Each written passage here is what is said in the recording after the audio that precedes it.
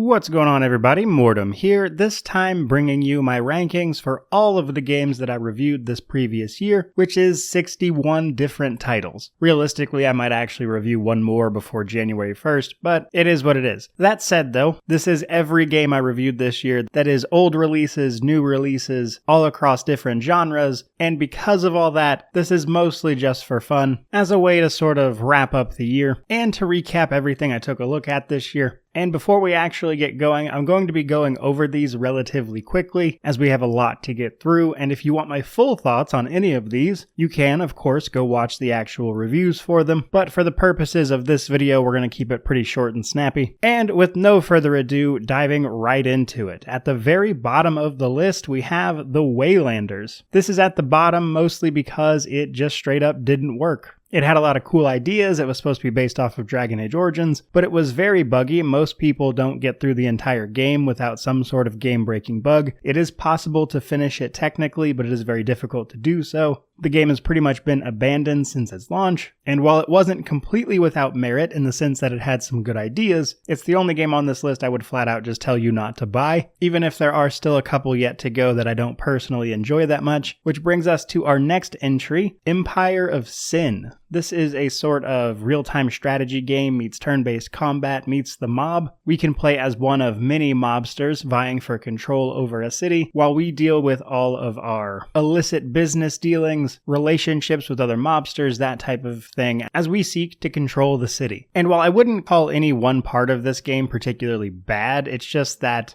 it's trying to do a lot of things, and for the most part, it only does most of them on a relatively surface level, and it can be difficult to find the fun for it a lot of the times, which is why it is so low. Though it is pretty close to my next entry, which is Werewolf the Apocalypse Earthblood, which is set in the World of Darkness setting, think Vampire the Masquerade, and we play as a werewolf fighting off a corporation that is actually being run by corrupt entities that are monstrous in nature, and really the only good thing I have to say about this game is that turning into a werewolf and fighting everything was pretty cool, but pretty much everything else left a lot to be desired. And the novelty of that combat moment wears off after just a few hours, and the game really doesn't have much else to offer. And that brings us to Valkyrie Elysium, the newest entry in the Valkyrie series from Square Enix. This one, however, brought the franchise to third-person action combat that didn't really suit it very well. The combat is fun enough, honestly, there's a decent amount here. The real problem is that there's just not much else to the game, and they're charging full AAA price for it, combined with the shift in genre from the rest of the Valkyrie series, and it's had a relatively mixed reception. And while the combat has its moments, it's simply not enough to prop up the rest of the game, hence why it's so low. Now that said, that pretty much wraps up the games I would say I didn't really enjoy terribly much. Everything else on this list I've enjoyed on some level, just,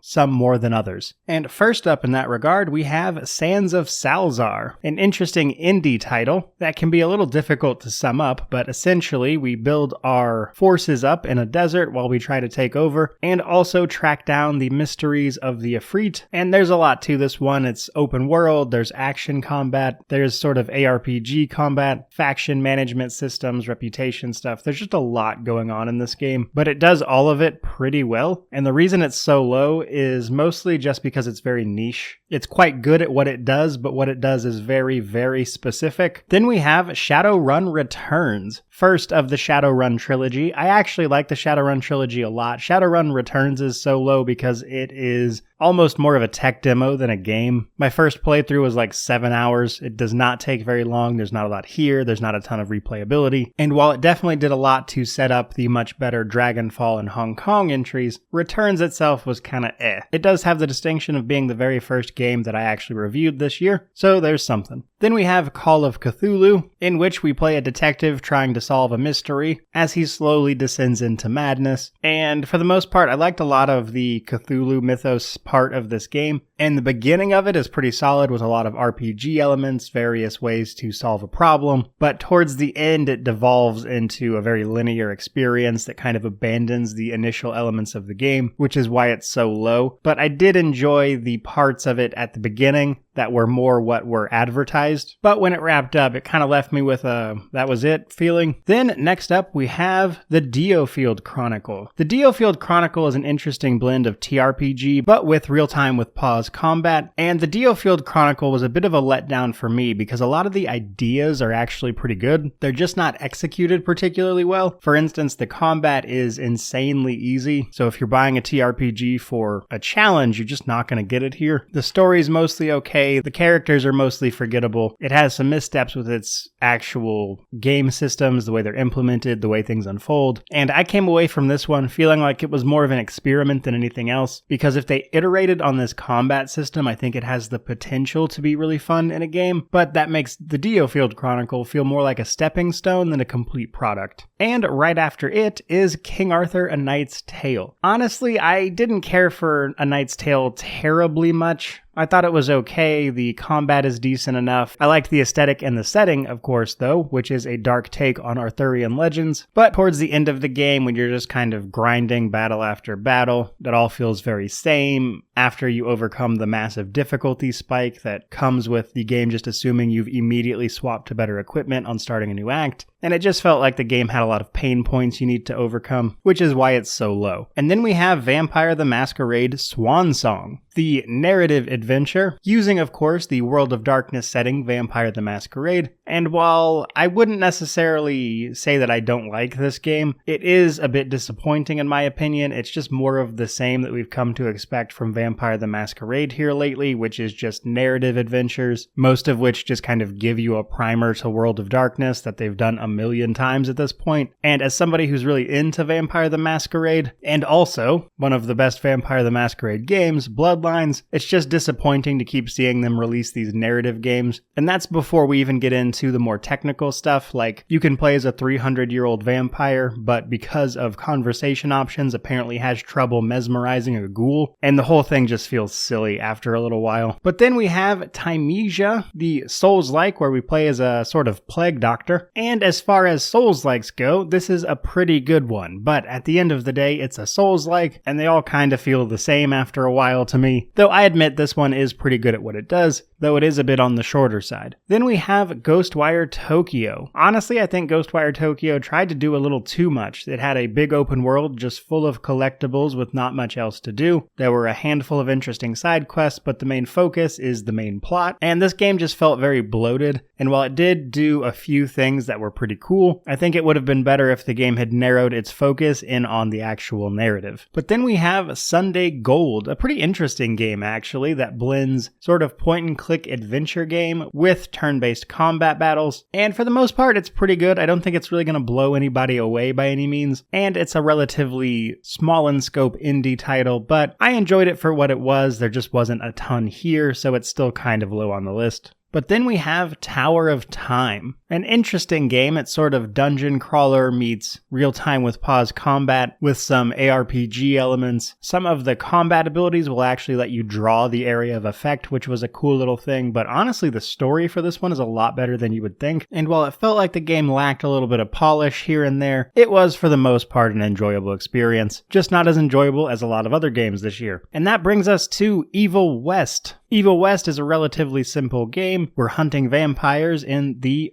Wild West. It feels very early God of War, not the remakes of course, but the older stuff, at least in my opinion, and in that way, we just tackle missions after missions, fighting off waves of enemies as we move through a level, and it's a relatively simple game with decently fun combat, and for the most part the game is just simple fun, but it does have its missteps here and there. For instance, a lot of the later fights are just mini-bosses repeated over and over again, and it had a few technical issues at least when it launched. However, with its co-op, you could potentially kill some time playing this one with a friend or something, and the overall premise was pretty cool as well. And just after that one, we have Mass Effect Andromeda. I was checking this one out after playing the Mass Effect Legendary Edition that came out this year, mostly because I was curious why everyone hated Andromeda so much, and it's definitely not as bad as everyone makes it out to be. However, it's not really on par with the earlier Mass Effect series, at least in terms of its narrative, though it must be said the combat in Mass Effect Andromeda is really good and I enjoyed it a lot, which is why it still has a decent position on this list. And next up we have Dying Light 2, the sequel to Dying Light. Dying Light 2 was mostly just okay. I didn't hate it by any means, but I feel like it failed to capture the sort of quirky magic that was Dying Light. And if anything, it felt much more like a standard RPG that we've come to expect from, say, Ubisoft. And while I don't think it was a bad game by any means, I just don't think it was as unique as the first game was, which is why it's still kind of low on the list. But then we have Mass Effect 3. Overall, a pretty solid entry. I liked the combat changes towards the end of the series here, and seeing all of your companions wrap up their personal stories was a great time. However, I do think the story has some plot holes where they were trying to wrap the series up here, and the endings still leave a lot to be desired. But honestly, still a pretty good game, though definitely my least favorite of the trilogy. Next up, though, we have Outward. This one is unique. It is a sort of open world survival game, emphasis on survival, and the early game in particular is rough, but if you can get to the later parts of the game where you can actually start changing up your combat styles, messing around with the magic system, there's a lot to enjoy about Outward, but the audience for it is relatively niche. So if this one looks intriguing to you, I would definitely go watch my review before jumping into it, because while it can be pretty fun, it's definitely not for everybody, which is not that dissimilar from Tunic, the next title. Tunic is sort of Legend of Zelda meets Dark Souls, though it does have an option to make yourself invincible, so you don't really have to deal with the combat if you don't want to, as the other half of the game is a lot of puzzles as you piece together the game's manual as you play through, which will give you hints about what to do, where to go, etc. And for the most part, it's a charming indie title, though it does have a lot of puzzle solving, and a lot of the puzzles are basically the same puzzle, but done slightly different, but definitely worth a look if you got some spare time. Then, though, we have Riftbreaker. Riftbreaker is a sort of mix of action RPG and base building. We are sent by ourselves to colonize a planet ahead of the human race, and we explore and get it ready, which involves fighting off tons and tons of the local fauna in a pretty satisfying gameplay loop that feels great to play. Relatively simple game, but very enjoyable, though this is a game that I think could really benefit from the addition of a multiplayer mode, which it does not currently have. Next up, though, we have Elex 2, the sequel to Elex, of course. Elex, I loved. Elex 2, unfortunately, not so much. In many ways, it just feels like a slightly worse version of the first game, as much of the game's structure and factions and people you're dealing with are the exact same people, which really cut into the enjoyment for me personally. It just didn't really feel like the game deviated from the first one at all, outside of now you occasionally have to fight aliens. That said, though, I do really enjoy the world of Elex and a lot of the core concepts, so even though Elex 2 was a bit disappointing as a sequel, I still did enjoy parts of it. I just wish they had pushed the envelope a little more on this one, as I'm a pretty big fan of the ideas at play in Elex. Then, though, we have Age of Decadence, a niche CRPG set in a sort of post-apocalyptic Rome, or Roman-inspired, I should say, not literally Rome. But Age of Decadence cares a lot about player choice, and it will absolutely let you fail, which the game does a pretty good job of warning you about when you start it up. But if you don't mind those things, there's a lot about Age of Decadence to enjoy. The fact that you can build a character, roleplay that character how you want, look for all sorts of alternate solutions, there's stuff to discover, secrets to explore, all of which you won't be able to see in one playthrough, which makes it pretty replayable, alongside replays in which you'll see different factions, different characters, different fights, different locations, which can be pretty cool. That said, though, the combat is pretty unforgiving in particular, so unless you have a specifically combat-oriented character, I wouldn't even try it. And even then, it's definitely possible to just get unlucky. And given the relatively niche nature of a game like that, it can be a bit of a tough sell, but for a channel that covers CRPGs, I enjoyed it a lot. Speaking of CRPGs, we have our next entry, Black Geyser, Couriers of Darkness, which is a fresh take on old school CRPGs, using its own system, allowing you to multi-class with a variety of unique classes, unique races to play as. And if you like CRPGs, you'll probably like this one, but unfortunately I don't think it really stands out that much amidst the greats or even the more recent successes like Original Sin 1 and 2, Wrath of the Righteous, that kind of thing. This one plays more like the classic Baldur's Gates, though, to be clear. And if you like those games, you'll probably enjoy this one. It's just not quite as good as those either. That brings us to Days Gone. For the most part, I think Days Gone, in a vacuum, is a decent game, which is why it's in kind of the middle of the list here. I like Days Gone. It has an interesting story, But that story centers around a few specific characters, and if you don't like them for who they are, you're probably not going to enjoy the story, and that combined with the relatively standard approach to an open world, and you're left with a pretty decent game. But again, one of those situations where I was kind of hoping it would try to push the envelope a bit more than it did. Next up though, we have Soulstice, which despite the name is not a Souls-like, but rather an action game in the vein of old Devil May Cry style games, where we play as a chimera, a person fused with a spirit, to enhance their natural capabilities as we seek to fight off corruption. Honestly, the format for this game is a bit on the older side. The whole mission structure, you get a score rank afterwards, which definitely isn't for everybody. That said though, I enjoyed my time with it. I thought the combat was relatively fun. Some of the boss fights were pretty cool. And personally, I enjoyed mastering the combat system on this one, though I confess this is likely one that I personally enjoyed a lot more than most people will, which is why it's in the middle of the pack here. I just had a lot of fun smacking enemies around on this one, and sometimes that's all you're looking for in a game. But next up, we have Hard West 2, another TRPG, and in this one, we are of course in the Wild West,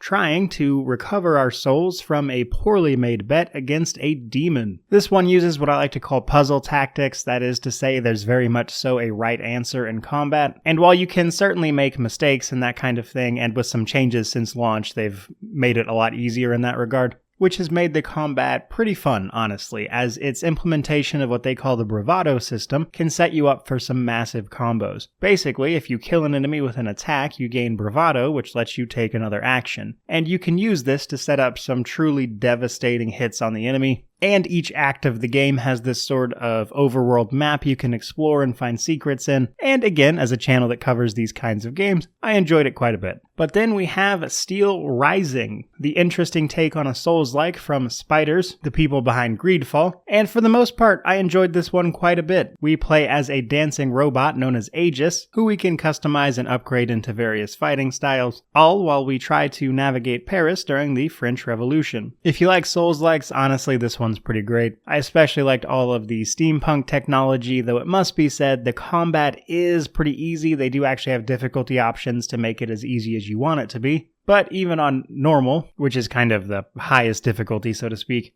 it's still pretty easy, so if anything, you could use this as a jumping board to get into the more difficult Souls-likes. It's good at what it does, which is that type of combat, and I really enjoyed the setting on this one, which is why it's relatively high on the list. Next up, though, we have Wildermyth, an interesting sort of character-driven CRPG. Every time you start a campaign, you'll roll up some characters with a bunch of stats. Based on these personality stats, the game will start rolling all sorts of character events in between fights, which can then change and alter the relationships between all of your characters, which can then lead to more events. And while each campaign has an overarching story, the gameplay and everything is really more about the relationships developing between all of your characters, which is really cool. And the combat is relatively simple and involves an element of randomness, which can make this a really fun game to dive into if you're not big on turn-based combat or combat systems in general, and want to play something a little more driven by emergent storytelling. Next up, though, we have 2018's God of War. I played this one after it came to PC earlier this year, and unsurprisingly, it's pretty good. We of course see Kratos' change into an old man, as well as fatherhood, and overall, it's a good time. I enjoyed the combat quite a bit, although it does get a bit repetitive after you've played it for a while. Nonetheless, though, a lot to see there, a lot to explore in their sort of semi-open world system, alongside the fact that I really enjoyed the story for this one, which all led to a game I really didn't have much to complain about. Next up, though, we have Marvel's Midnight Suns. Now, if you can't tell by this list so far, I'm a sucker for CRPGs and TRPGs, and while the story side of this, where you're dealing with all these superheroes and chasing down the main event, was kind of whatever, and in some places, honestly, pretty poorly written, I really enjoyed the combat for this one, which surprised even me, as I don't really care much for card mechanics, but the systems at play here for the combat were really fun, and I honestly couldn't help but enjoy myself playing this combat,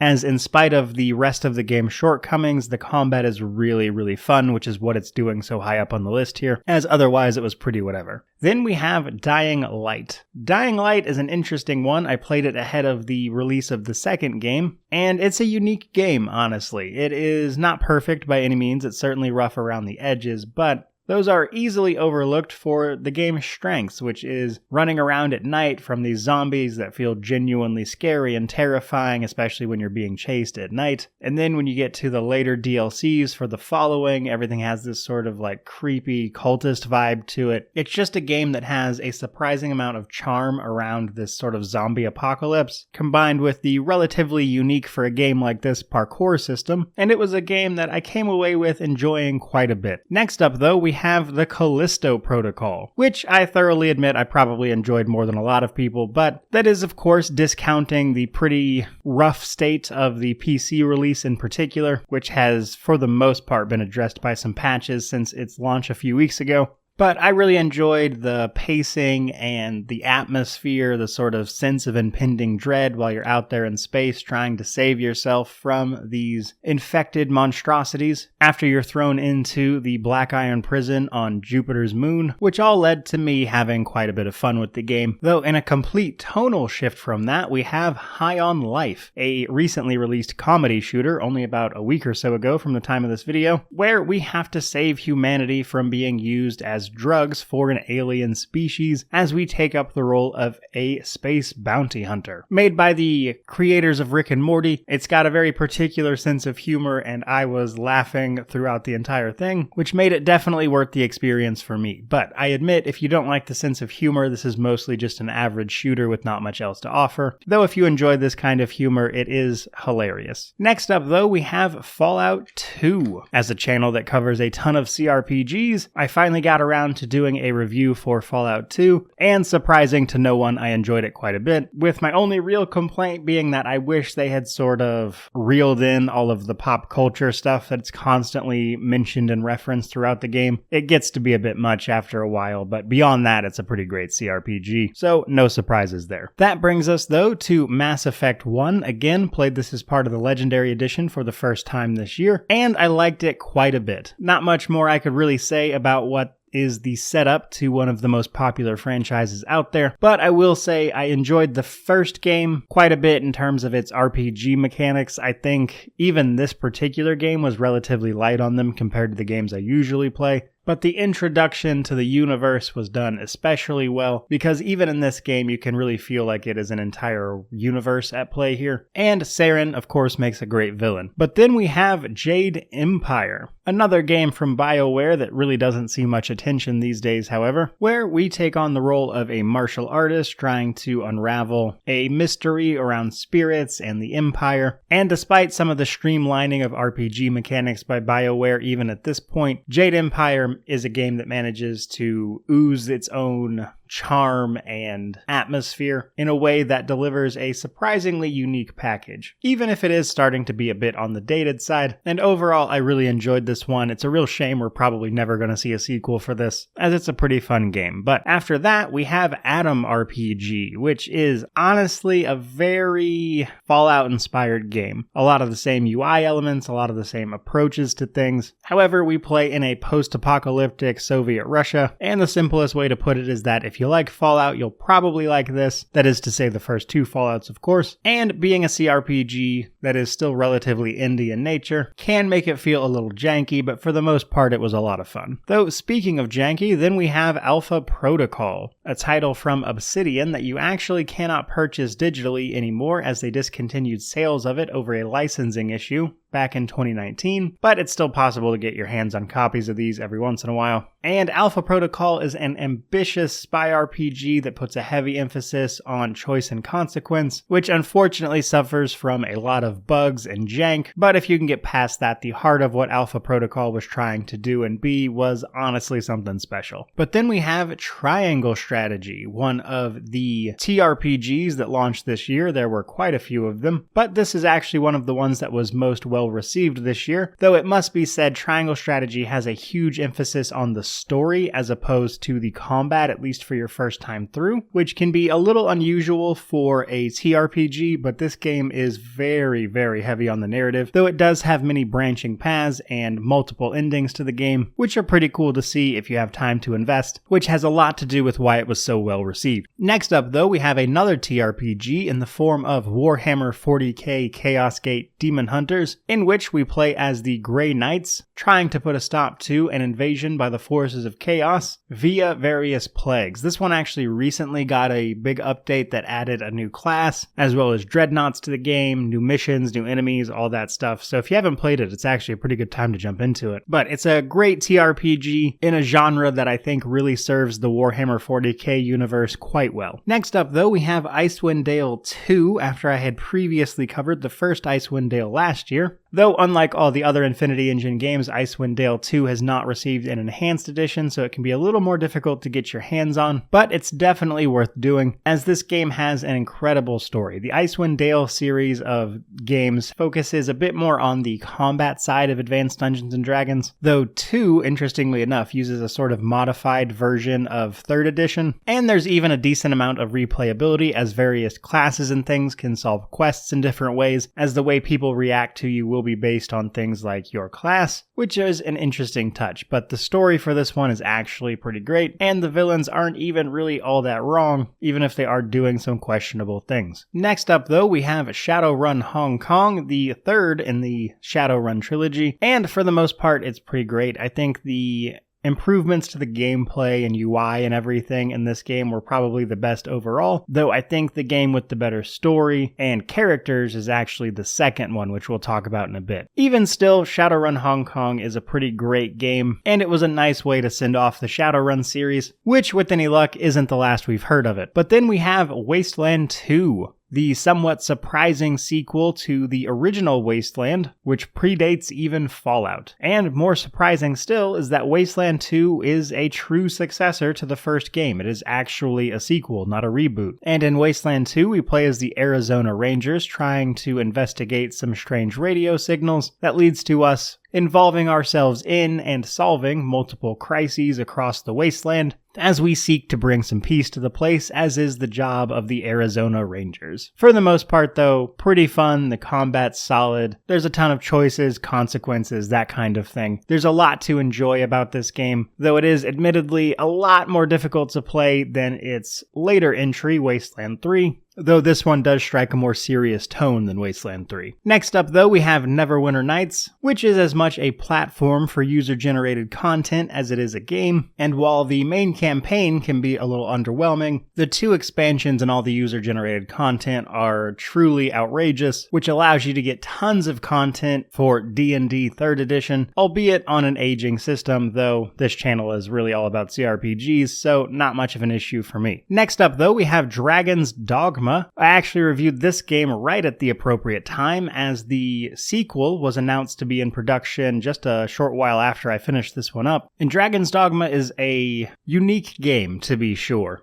It has a lot of hidden systems, like various things being affected by your character's height, for instance. But most impressive about it is the combat system, which is honestly really, really good. Especially the magic system. But it's pretty clear that the game had ambitions beyond what was feasible, which is why I think the announcement of a sequel is so exciting for this one. Even the original is still pretty great, albeit rough around the edges. Next up though, we have Troubleshooter, a must-play TRPG, where we take on the role of a troubleshooter, which is effectively a sanctioned vigilante, stopping crime throughout the city of Valhalla, via, of course, turn-based missions. Honestly, though, there's a lot of deep customization here. You can get a lot of characters, which all have their own little subsystems that can go very deep as well. And if you like TRPGs, you just have to play this one. It's honestly incredible. Next up, though, we have Lost Eidolons, another TRPG that launched earlier this year. This one is a little more in the vein of Fire Emblem, and if you like Fire Emblem, you'll probably like this. It has a bit of a gritty story revolving around war. There's some fantasy elements to it, especially towards the later game. But more than anything, it is a tactics turn-based game, as most TRPGs are. But it's quite good. I enjoyed this one a lot, which is why it is so high up on the list. But again, if you like Fire Emblem, you'll probably like this. Next up, though, we have Temple of Elemental Evil. Truth be told, this one would probably be a little higher even if it was easier to play, as you can buy the game on GOG, but even that version is not particularly stable, and you'll likely need at least a couple of mods known as Circle of 8 and Temple Plus to get the game to run in a stable fashion, which puts a bit of a damper on the experience. After that, you can run through the classic Temple of Elemental Evil module, from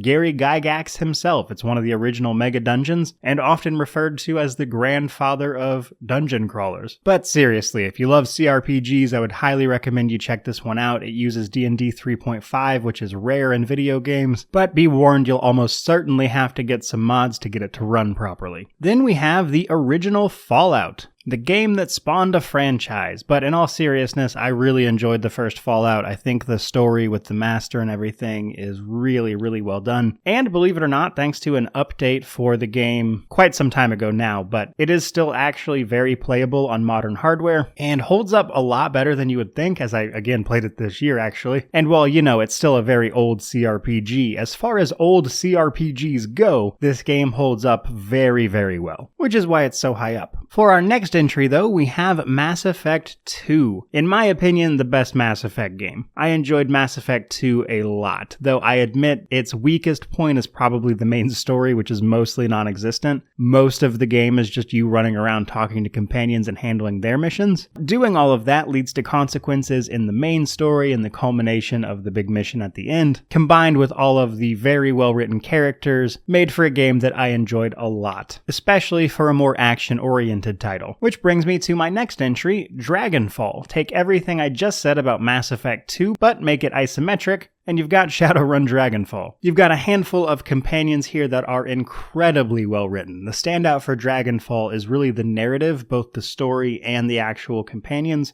There's some honestly great writing in here, which makes it easily my favorite of the Shadowrun series, and one of my favorite CRPGs. But it must be said that the mission structure can lead to some combat encounters, which honestly can go a little overboard at times, which is really my main complaint about the title, as otherwise it's pretty great. Next up though, we have Neverwinter Nights 2, the sequel of course to Neverwinter Nights, and while the platform for user-generated content didn't quite see the amount of love as the original did, I think the main campaign and the expansion in particular were really, really good. The main campaign I enjoyed a lot, but the ending was terrible, and then Mask of the Betrayer is one of the best bits of DLC out there. It is honestly a fantastic expansion. And if that's not enough for you, there are actually a couple more official modules as well, so there's a lot of content here to play around with, and this uses D&D 3.5, which is more my speed than all of the other editions of D&D, so needless to say I like this one a lot more. But then we have Gothic, which I actually played for the first time this year, and it is really, really good. Certainly showing its age, but even at the time it was released, it appealed to a very particular type of player. It has some unwieldy controls at first. Once you get used to them, it actually feels surprisingly natural, but the way they handle the world, getting involved in all of the factions and trying to find your way out of this sort of prison colony that you've been forced into under a magical barrier, makes for a sort of brutal, unforgiving world that you slowly conquer and master, and you come away from feeling like you've earned a lot of the power you got, along with some other just minor stuff here, and it's a great game. Honestly though, difficult to get into, especially by today's standards, but very fun. Then we have Tactics Ogre Reborn, the remake of Tactics Ogre on the Super Nintendo and I believe PS Vita a while back. And if you like TRPGs, this one is again a must play. It's one of the gems of that genre. When you hear people talk about games in that genre, this is one of the ones you'll hear about. And this particular version fixed a lot of the shortcomings of the older ones, so you can tell they really cared about this remake a lot. It was very well done, and I enjoyed it quite a bit. But number 6 on the list gives us Circus Electrique, the sort of steampunk circus management sim, which sounds ridiculous but is very, very fun to play. The end game can be a little bit brutal, to be honest, like the sort of last area in the game. However, beyond that, it plays a lot like Darkest Dungeon, except we're managing a circus, putting on shows and everything at the same time that we are sending our circus performers out into London to fight what are known as the Vicious, which are people driven mad by steampunk technology. All that combined with the fact that the game is super cheap. You can pick it up for like $20, and you've got a game that was really, really fun. Definitely one of my favorites this year. I enjoyed it a lot. Then we have Disco Elysium. This one is a little difficult. The art style actually kind of gave me headaches, so playing this was a bit of a pain, literally. That said though, I'm glad I did because it is a very, very good game. In a lot of ways, it's more of a narrative adventure than it is, say, a typical CRPG, all done with some truly impeccable writing, and like anything, it's not going to be for everybody, as it does make quite the show of making everything over the top, all while you try try to unravel a murder mystery certainly makes for an interesting game. But speaking of narrative games, next up we have Pentiment, another murder mystery, though this time in 16th century Bavaria, where we investigate a series of murders over the course of 25 years, again in the style of a narrative RPG, and it is really well done. As far as narrative RPGs go, this is one of the best ones I've played,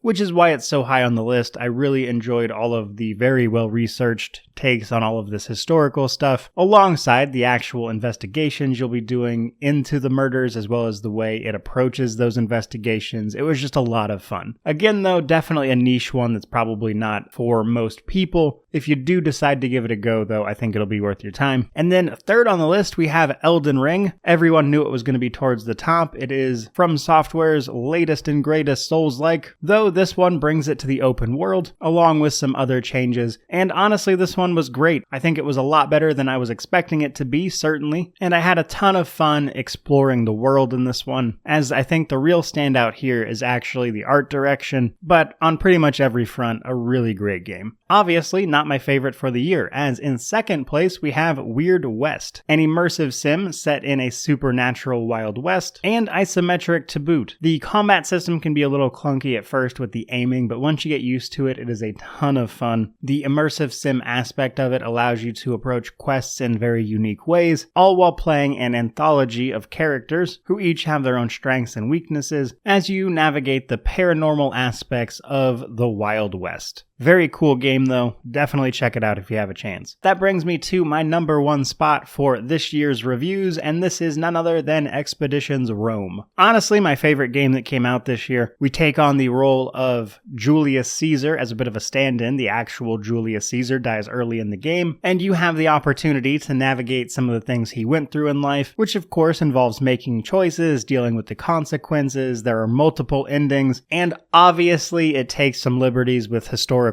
accuracy, as it occasionally leans into the more mythological side of things while also dealing with things that just didn't actually happen that way. But honestly, a really great game, and as someone who loves CRPGs, easily my favorite game that came out this year. But with that, we have all of our games this year ranked. I certainly hope you enjoyed the video, and looking back at all these games we looked at this year. In rankings, I'm sure absolutely no one will disagree with me about, but by all means, let me know about some of the games you played this year, what you enjoyed, what you didn't, how you would rank things, all that YouTube jazz. So long as you don't forget to like, comment, and subscribe. But regardless of all that, truly, thank you so much for watching. I really do appreciate it. May you wander in wisdom and have an amazing day.